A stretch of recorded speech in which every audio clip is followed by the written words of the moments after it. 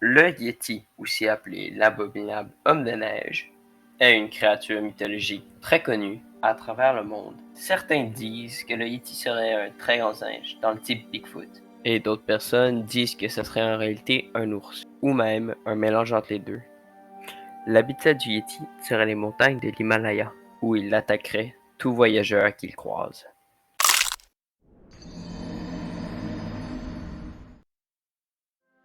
Mais quelle est l'origine de cette créature? La première mention du Yéti par des Européens est en 1905, quand des traces de pas mystérieuses ont été retrouvées au Népal.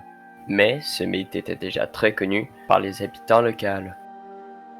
Le mot abominable homme de neige viendrait d'une expédition faite par Charles Onward Berry dans le but d'explorer l'Everest.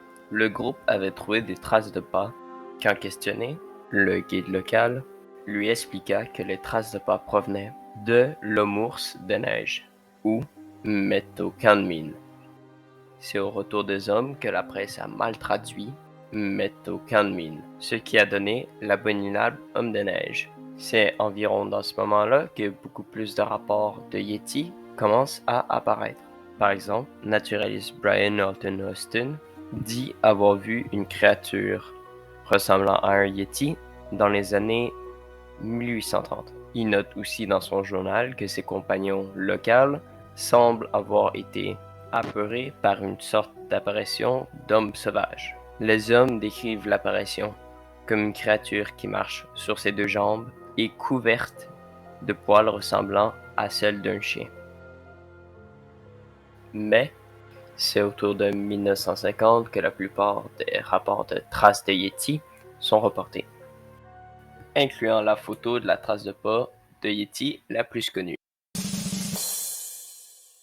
Waouh, littéralement le premier résultat sur Google.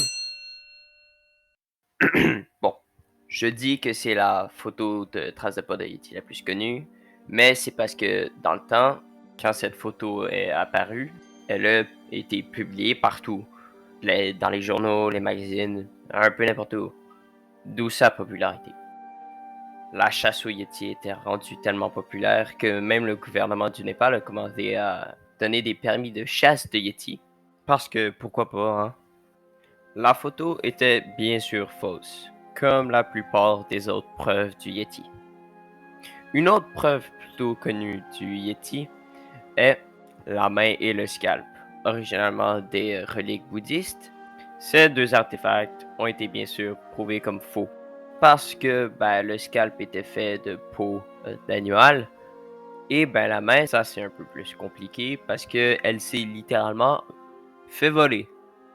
Bon, pas dans son entièreté, mais une couple des doigts avait été volée par l'explorateur Peter Burns, et il a ensuite remplacé les os volés par des os humains.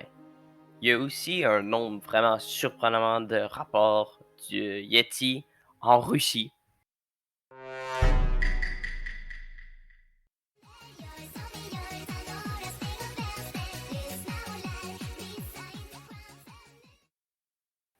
Le mythe du Yéti est clairement encore important dans notre culture.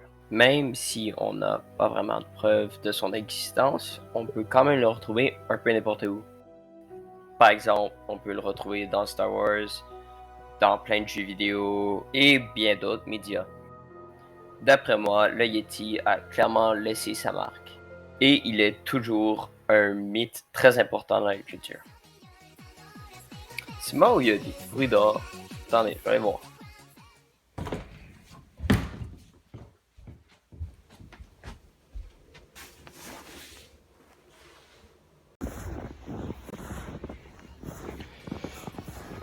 Voyons, c'est quoi ce bruit-là? Oh my god.